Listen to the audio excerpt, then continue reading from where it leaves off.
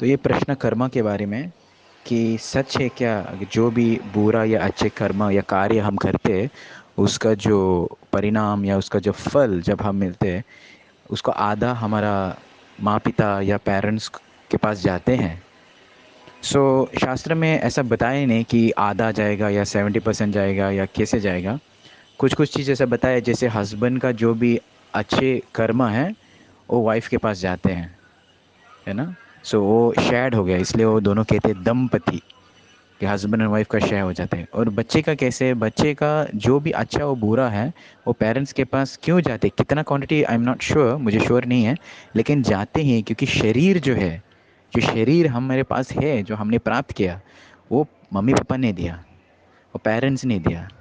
तो जितना अच्छी चीज़ हम करेंगे इस शरीर के साथ, समझो आप भगवान का सेवा में करते, मंदिर को साफ करते, या आप कुछ बर्तन धोते, या चंदन के घीसते, या आरती करते, या पूजा करते, या जप करते, या कीर्तन में नाचते, या प्रसाद ग्रहण करते, ये सारे अच्छी चीज़ जो आपने कर रहे हैं किया, वो निश्चित उसका सुकृति माँ पिता के पास जाते हैं।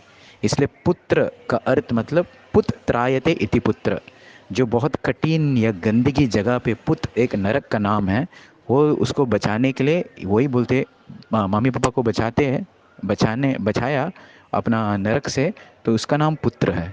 नहीं तो पुत्र और मूत्र वो दोनों एक ही जगह पे आते हैं। तो अगर बच्चे भक्ति में नहीं हैं, अगर बच्चा जो है उसको भक्त नहीं बने, तो बोलते हो मूत्र के समान है, कुछ फर्क नहीं है। नहीं तो पुत्र कब कहते हैं, जब भी वो अपना खुद का पेरेंट्स को अच्छे से गति दे सकते हैं। तो इसलिए हमको हमेशा अच्छा कार्य करना चाहिए, क्योंकि अगर सच हम हमारा माँ पिता को प्रेम करते हैं, प्यार करते हैं, तो यही सबसे बड़ा सेवा है। आप उसका पैर मालिश कर सकते, आप उसको 1000 रुपये दे सकते, बड़ा बंगला बना सकते, ये कोई गलत नहीं है, आप कीजिए। लेकिन अंतिम वक्त में अगले जन्म के लिए आप क्या दे सकते हैं, अगले जन्म में अगर हम भक्ति में करेंगे तो वो उनको भी लाभ मिलेगा ही मिलेगा। तो ये निश्चित है। जैसे उदाहरण आते हैं, श्रीमद् भागवतम का कथा है ध्रुव महाराज के। ध्रुव महाराज जैसे भगवत धाम जाते हैं तो दूसरा विमान में देखे उसका माँ भी जाते हैं। तो माँ तो कुछ वर्णन नहीं आते कि वो भक्ति किया या मेडिटेशन किया, तपस्या किया, लेकिन ध्रुव महाराज का माँ होने के कारण वो भी दूसरे विमान में वैकुंठ में जाते हैं। तो बहुत अच्छा है। महाराष्ट्र में भी एक कथा है तुकाराम महाराज का। तुकाराम महाराज का वैकुंठ विमान जब भी आया है, तो वो तुकाराम महाराज जाने वाले थे, फिर उनको पीछे देखा था, उनको जो पत्नी है, तो उस टाइम में विष्णु दूत या जो आया था उन्होंने बोले थे कि आपका पत्नी भी ले सकते हैं। तो भक्ति तो कभी भक्ति नहीं किया, लेकिन दुर्भाग्यवश वो पत्नी इंटरेस्ट नहीं था, बोलो बोलो नहीं आप जाइए, यहाँ का बहस कौन देखेगा, मैं रहूँगा यहाँ पे। दुर्भाग्य। इसके कारण हम देखेंगे, हम हमेशा अच्छा चीज़ करना चाहिए, भक्ति करेंगे कोई नुकसान नहीं है, कोई टोटा नहीं है, फ़ायदा ही फ़ायदा, खुद के लिए, पेरेंट्स के लिए, समाज के लिए, और सभी के लिए। ये सबसे बड़े हितकारी चीज़ हैं, बेस्ट सोशल वेलफेयर वर्क, जैसे शिला प्रभुपाद ने कहा। हरे कृष्ण।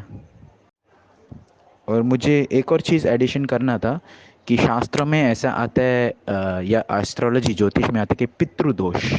पितृदोष मतलब 3 प्रकार का पितृदोष है। एक प्रकार जो हमारा पूर्वज जो है खुद का परिवार को श्राप दिया कि नालायक लोग जो आने वाले हैं, उसको खुद का वंश जो है श्राप दिया।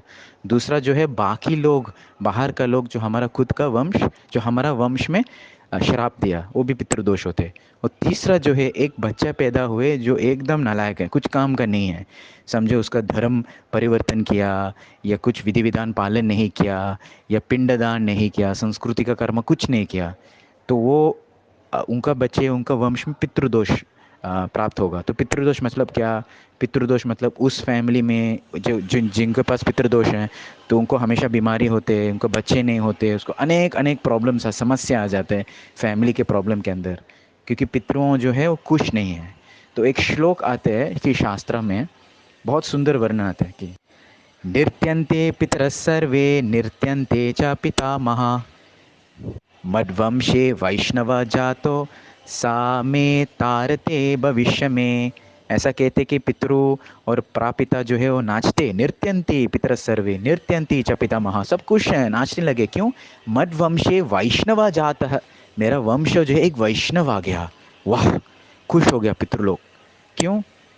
सा में तारती भविष्य में, आगे में भविष्य में वो मुझे तारक करेंगे, वो मुझे डिलीवर करेंगे, वो मुझे मुक्ति प्रदान देंगे। तो इसलिए जितना भी पितृ हमारा 3 जनरेशन का पहले या कोई भी, वो लोग बहुत आनंदित हैं अगर कोई इस पीढ़िया में भक्त बने। इस तरह से हम भी देख सकते हैं कि पितृदोष को मुक्त करना या अपना जितना भी फॉर फादर्स को खुश करना, भक्ति ही एक ही मार्ग जहाँ सभी लोग इसका फल मिलेगा ही मिलेगा। हरे कृष्णा।